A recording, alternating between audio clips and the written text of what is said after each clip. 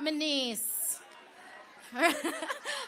On this side, there's a very proud aunt on this side. Big up my niece. She did well, didn't she? That was beautiful. Some good range and runs there. Yeah, man, she has a bright future ahead. So, ladies and gentlemen, it gives me great pleasure, immense pleasure, to welcome at this time to the lectern your Prime Minister, our Prime Minister, the Minister of Economic Growth and Infrastructure Development, Dr. the Most Honorable Andrew Holness.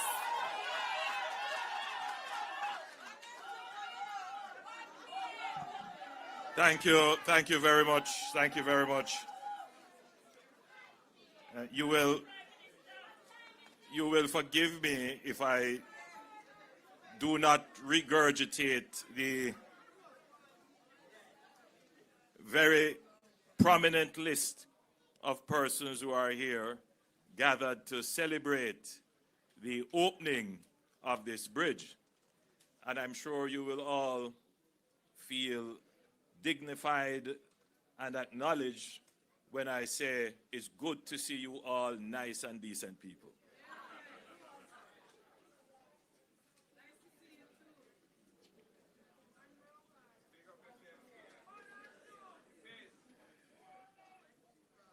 Today, we gather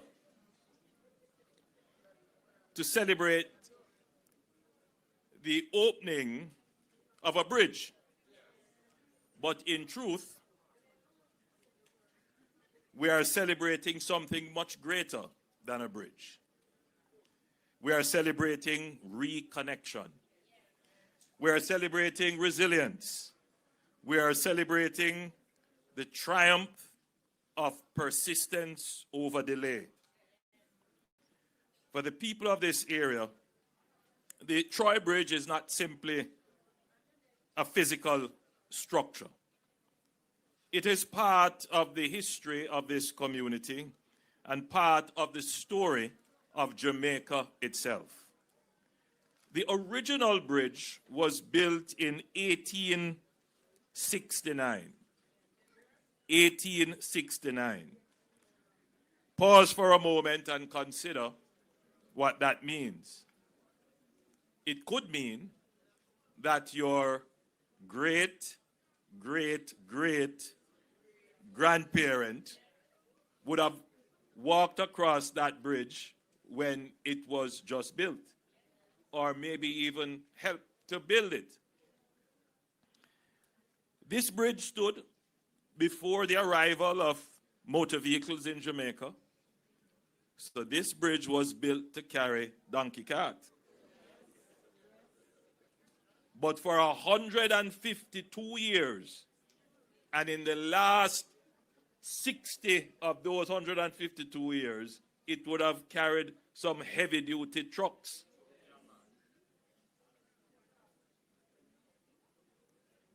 It stood before electricity reached here. It stood through generations of change, connecting families, farmers, merchants, churches, schools, communities, right across the parishes of Manchester and Trelawny. But I want you to consider that this bridge was constructed after a pivotal point in Jamaica's history, a point which some of you may know about by virtue of the limited exposure you would have to this event in your school curriculum. I'm expecting that the children who are gathered here from Troy Primary and Troy High, and forgive me if I don't remember all the other schools that are here, the Morant Bay Rebellion.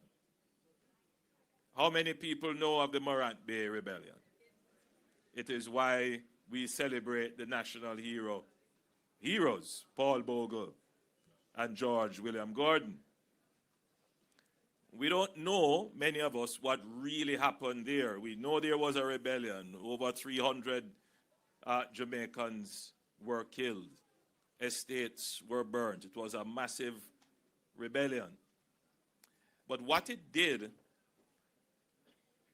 was to spark a renewed interest on how Jamaica was governed by the British colonial power. After the rebellion, the then governor, Governor Eyre, was recalled, and indeed he was tried in the United Kingdom. A new governor was sent to Jamaica. In fact, there was a royal commission to study why there was the rebellion. And the commission found many things. It's not my time today to present on what the commission found. But what it did find was that Jamaica was not being properly administered. Governance, infrastructure development.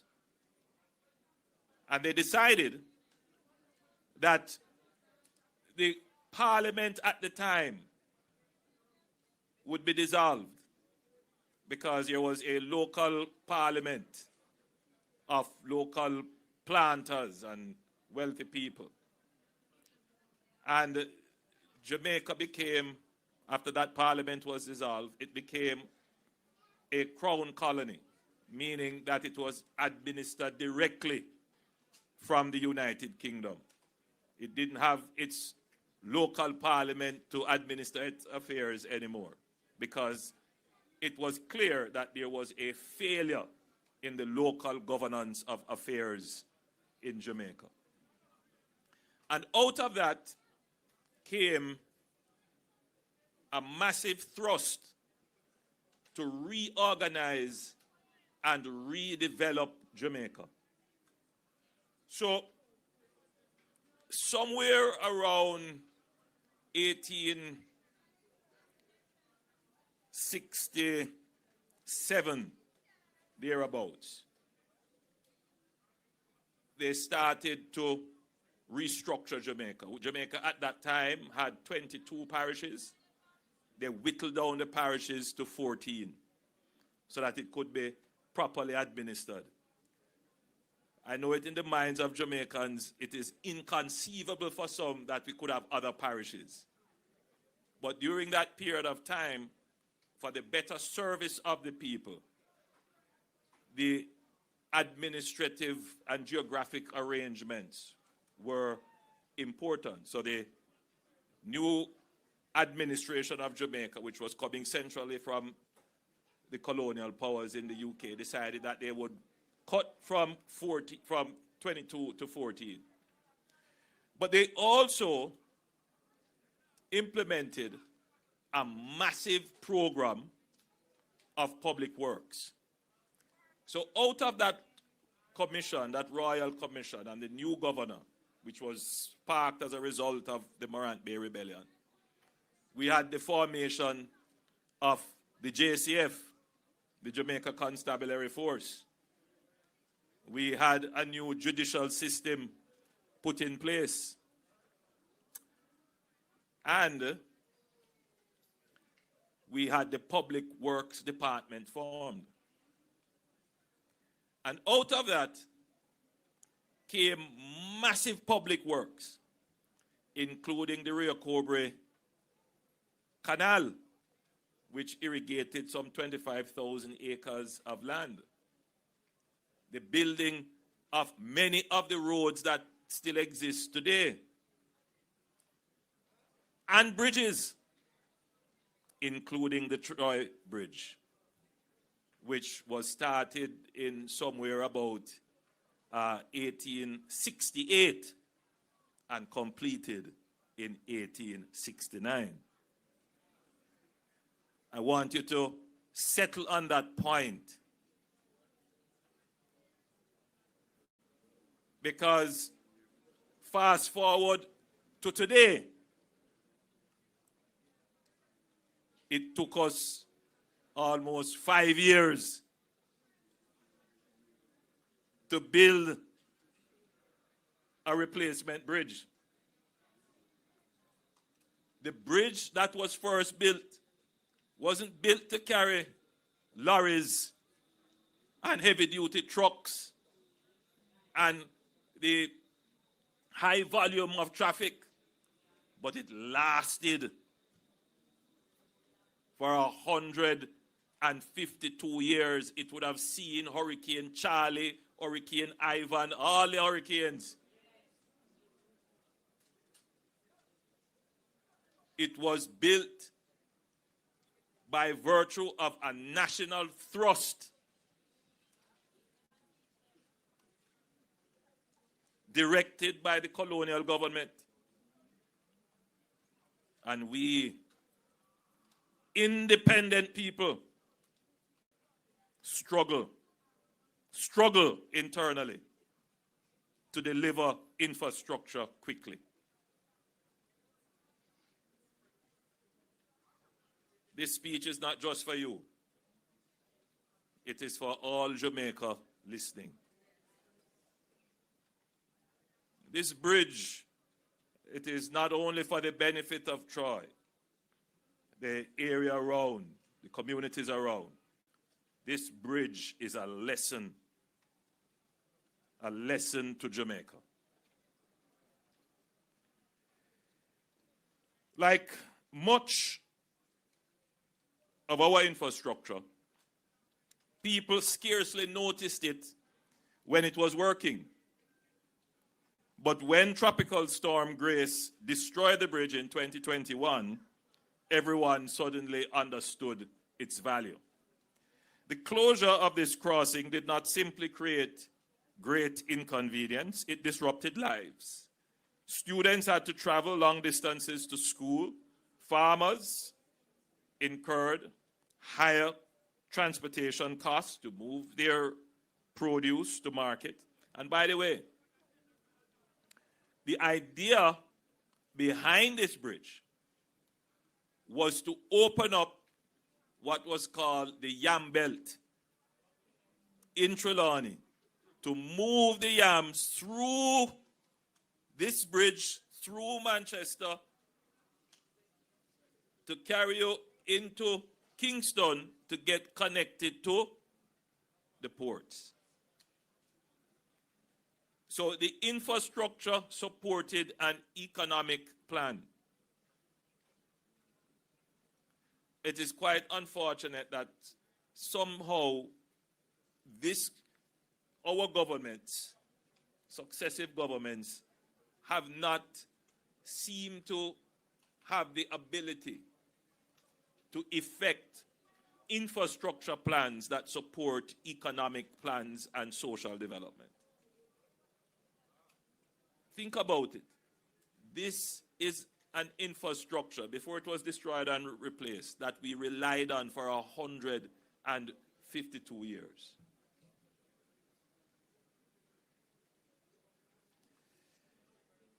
The destruction of this bridge reminded us of a simple truth.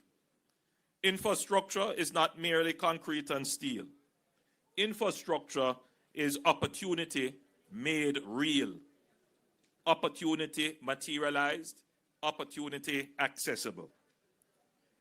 Infrastructure is productivity made possible. Throughout history, the great civilizations of the world understood this principle. The Romans built roads and bridges not as monuments, but as instruments of commerce, administration, and national cohesion. Across every successful nation, transportation networks have reduced distance, expanded opportunity, and created prosperity. Jamaica's development must follow that same path. The roads, bridges, railways, ports that were built during the 19th and 20th century connected our people to markets, connected communities to each other, and connected the nation to economic opportunity. The Troy Bridge belongs to that proud tradition. But at this point, the nation should consider that much of our infrastructure that we have today was generated from that era of infrastructure rapid growth planning. that infrastructure is now aged. It has outlived its useful and engineered life. It is very difficult to communicate that thought to the average person coming on the road to get here, which is pothole-filled and bumpy, difficult to maneuver, and in sections collapsing. All you want to hear is how we're going to replace that road and why is the road bad, without necessarily appreciating the context behind this. As a member of parliament, I not just sympathize, I empathize, I understand, because there are some times when I wish I could complain to somebody too.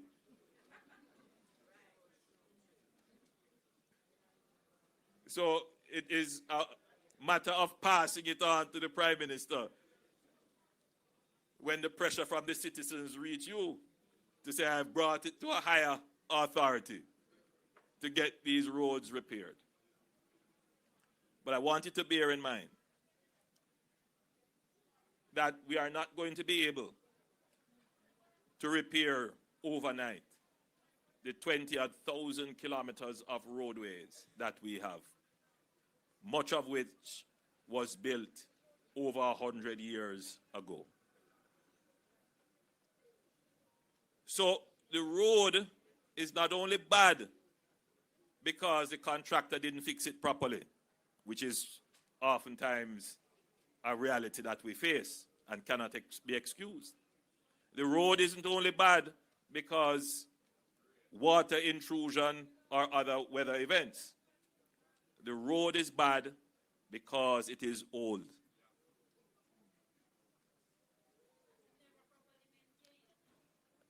And it was not properly maintained. But even roads that are properly maintained, there is just a time where no matter how much you maintain it, the road has to be totally redone, which is why we have the Spark program.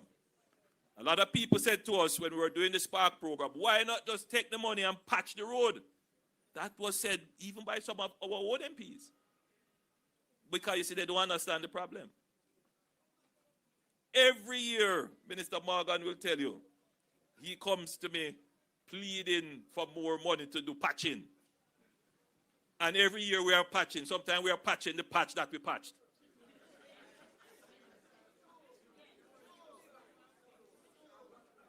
And yes, we have to patch it because of the convenience that you need.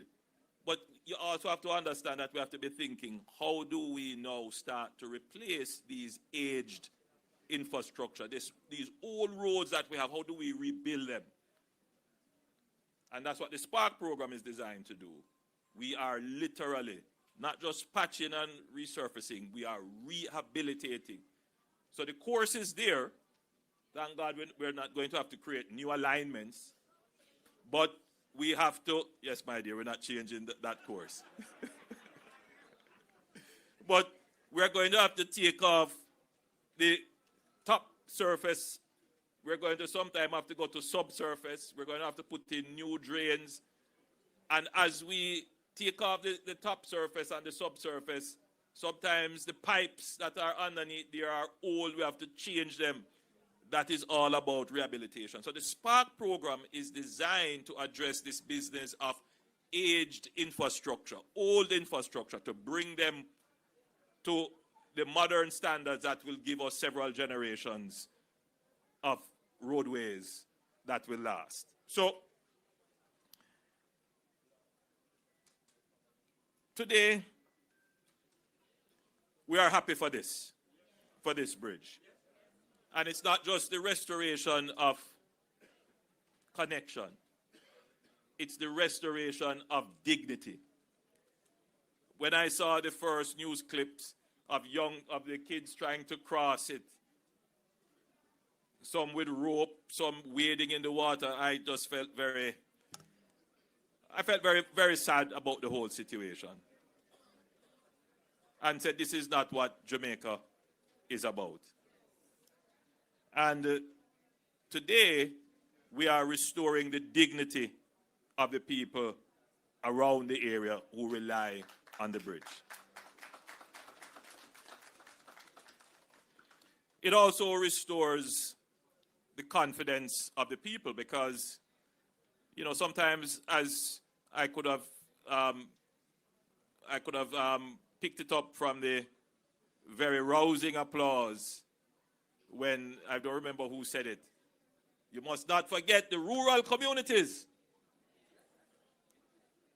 I think it's Mikhail who said it, and endorsed by Minister Morgan, claiming his rural heritage. Because there are oftentimes rural communities feel forgotten. It's a loss of dignity, a loss of respect, a loss of confidence. And let me assure you, your government does not forget the rural communities. What the government is trying hard to do is to rapidly integrate the rural communities into the nerve centers of economic activities. And that means ensuring that you have proper roads to be able to connect. So you can move from here to Kingston, here to Falmouth, here to Montego Bay very quickly. You can choose to live here and choose to work elsewhere. You can move your goods from here to the markets where they will be sold quickly. That's the idea. So we're not forgetting rural communities. And the $230-odd million spent here is a symbol that you are top of mind and not forgotten.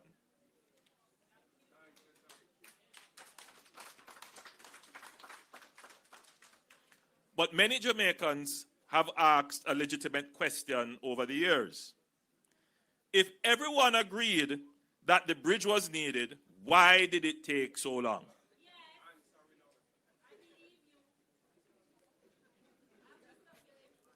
It puzzled me too as your Prime Minister.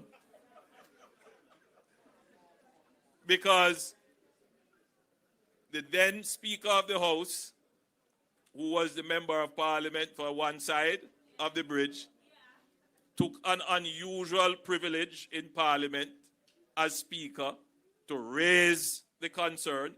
And I was about to write her a note to say that this was not usual protocol for speakers to use their chair to raise their constituency matters. But before I could pen the note, the Member of Parliament for the other side, Mikhail Philip, stood up and raised the issue as well. So there was a bipartisan agreement that the Troy Bridge must be fixed. But there is such a thing as procedure. I have been using the term bureaucracy. The answer lies, the question deserves an honest answer, right? And the answer lies in the systems governments use to ensure that public funds are spent responsibly.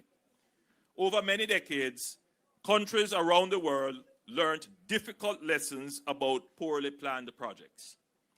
Bridges were built without proper designs, roads were approved without adequate engineering studies, costs were underestimated, budgets were exceeded, projects were started sometimes even without financing, and taxpayers ultimately paid the price. To prevent those mistakes, government developed systems of public investment appraisal. These systems require detailed engineering assessments, environmental reviews, economic analyses, procurement plans, fiscal evaluations, and independent approvals. These are not meaningless exercises. They serve an important purpose. They help to ensure that taxpayers receive value for money. They reduce waste. They discourage corruption. They strengthen accountability. They support sound fiscal management. And so as Prime Minister, I would never advocate abandoning these principles. Indeed, Jamaica's hard-won fiscal stability has been built upon stronger discipline, better planning, and more responsible management of public resources. But there is another truth we must acknowledge. Every system can become excessively rigid. Every safeguard can become overly burdensome. Every procedure can eventually create its own cost. And those costs are often invisible. When a bridge remains closed for years, there is a cost. When a farmer must travel farther to market, there is a cost. When a student spends additional hours commuting, there is a cost. When a business incurs higher transportation expenses, it costs you. When an ambulance or emergency vehicle faces delay, there could be a cost. It could be your life. These costs do not always appear on the government's balance sheet. They are not always visible to the technocrat or bureaucrat who is implementing the procedure. Yet, these costs are borne by you every day. It is borne by the children trying to get to school, risking their lives, going down the slope, crossing the river. My challenge is that it is invisible to the people who are saying to the NWA, for example, go and do an environmental study. Go and do an economic assessment of the bridge. Everybody agrees the bridge is necessary, but the procedure requires an environmental assessment of the bridge that was here 152 years before anybody think of environmental assessment. The bridge was built to create the economy that is here, built before, long before, justified its existence. Don't need to say whether or not this bridge will create economic activity. But yet, this project had to go through all of the procedures. I can't complain, because ultimately, it is the government that makes the law. And I want everybody to appreciate that the government can change the law as well. The requirements that is imposed upon the infrastructure projects sometimes cost more than the actual infrastructure construction.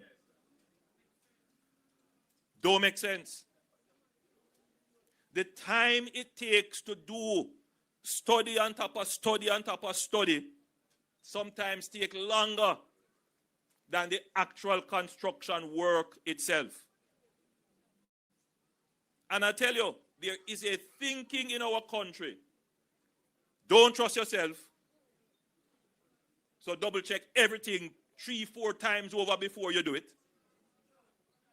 And 2, if it never take long, it wasn't well done.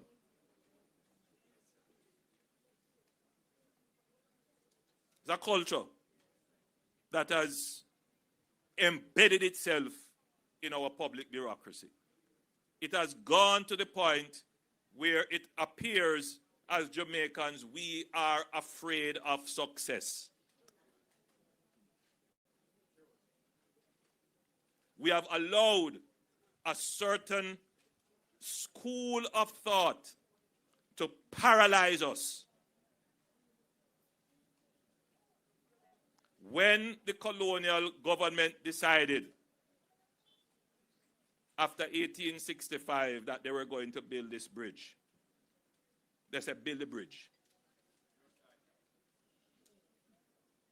And with the bridge, the road, the irrigation, all of it was done. We as independent people, we can't figure out how to build the bridge and still be accountable and transparent at the same time. Our bureaucracy must change. Sometimes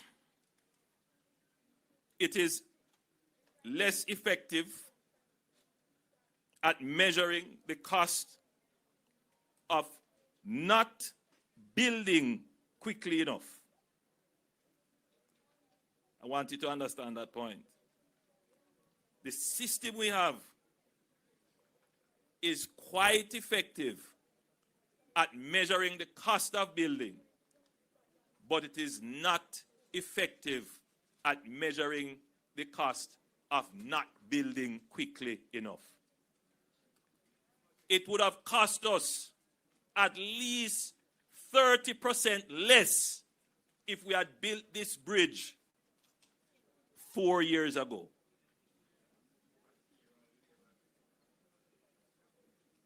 I wanted to think on that. So,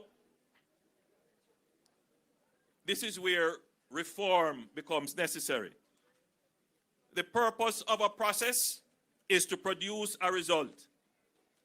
Unfortunately, many of our bureaucrats and technocrats and some of our politicians and many in the civil society who criticize the work of government believe that the end of a process is another process. And it has no regard for the suffering that you feel. The people who critique the government trying to move fast will never come here and hear your complaints. In fact, have you ever seen any one of them? When the process itself becomes an obstacle to results, then responsible leaders have an obligation to improve the process. The objective is not to choose between accountability and efficiency. The objective is to achieve both. That is where this government is pushing towards, achieving both accountability and efficiency. The objective is not to weaken safeguards. The objective is to make our safeguards smarter. It would have been a much smarter application of the public investment appraisal system if it was understood. A bridge was there before. The bridge was being used. The bridge supported an economy. No need to go back and do another test, another consultant. That is a smarter way of applying the rules. But when bureaucracies become self-serving, the objective is not to remove scrutiny. The objective is to ensure that scrutiny does not become paralysis. This bridge teaches us that good governance must mean more than following procedures. Good governance must also mean delivering outcomes. A modern state must be capable of asking the necessary questions without endlessly delaying the necessary answer. And this requires us to have a more mature national conversation. But when reforms are proposed to accelerate approvals, some of the same voices object. They demand urgency, but resist change. They criticize delay, but defend complexity. They speak passionately about process, but rarely acknowledge the hardship experienced by the people waiting for benefits. The people of Troy did not need an endless debate. They just simply needed a bridge.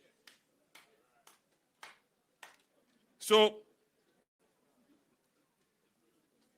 empathy requires us to reconsider not only the risk of action, but the cost of inaction.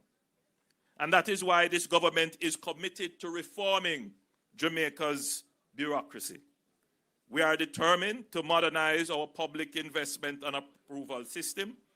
We are determined to reduce duplication. We are determined to shorten approval timelines. We are determined to create accelerated pathways for critical infrastructure projects where delay imposes significant hardships on citizens, because efficiency is not the enemy of accountability. That is why, ladies and gentlemen, we have created the NARA. That is why we have created the National Agency for Reconstruction and Resilience, the NARA Authority. So, NARA will seek to structure projects, order them,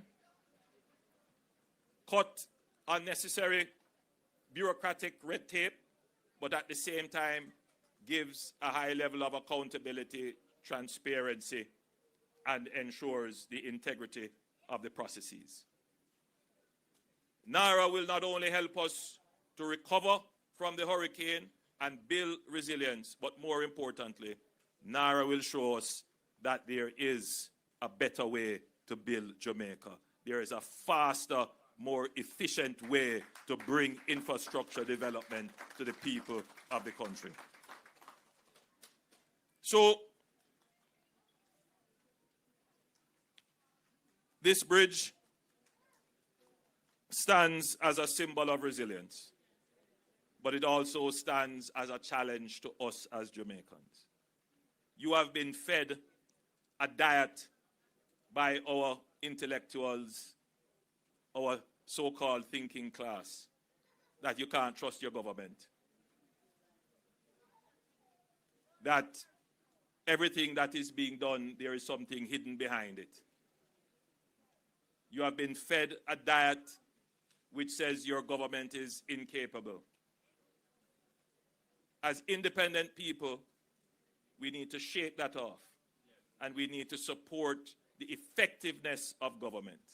We must support governments that deliver for the people. And this government has demonstrated, not a perfect government. Yes, there are problems, but you can rest assured that this government wants to deliver for you quickly and effectively. I am certain that this bridge will last another 150 years or more. But for me, this is a turning point. We're not going to allow critical infrastructure to be tied up in procedures and processes that satisfy procedures and processes and don't deliver. Let Troy be a lesson to Jamaica. This bridge now stands as a symbol of renewal, a symbol of the importance of infrastructure in national development, and perhaps most importantly, a symbol of our determination to build a Jamaica where government works not only carefully, but effectively, not only responsibly, but urgently, not only according to process, but in service of the people. Today, we reconnect communities. Today, we recommit ourselves to building Jamaica that delivers for every citizen. May God bless the people of Troy. May God bless the people of Trelawny and Manchester. May God continue to bless Jamaica, land we love.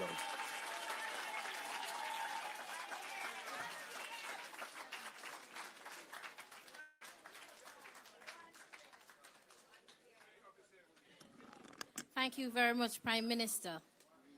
And I heard some persons giving the time. All right, so at this time, we're going to be having the vote of thanks, which will be done by Stephanie Codlin-Smith, and she's the principal of the Warsaw Primary and Infant School. Thank you very much. Good afternoon, everyone.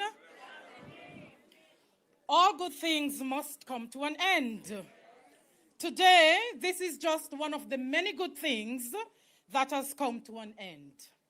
This structure has truly bridged an important gap. We express our thanks to all who would have made deliberate efforts to make this happen. Our Member of Parliament, Mr.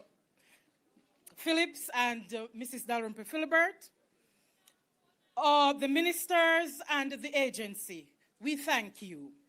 The constituents of Southern Trelawny Northwestern and Northeastern Manchester are truly grateful, and we say thank you.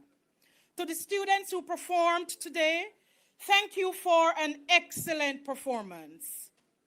Prime Minister, as we consume the diet of effective governance, we thank you and always know that South Trelawny is your home away from home. And I will end by saying, Geja, thank you for fixing the bridge. Thank you.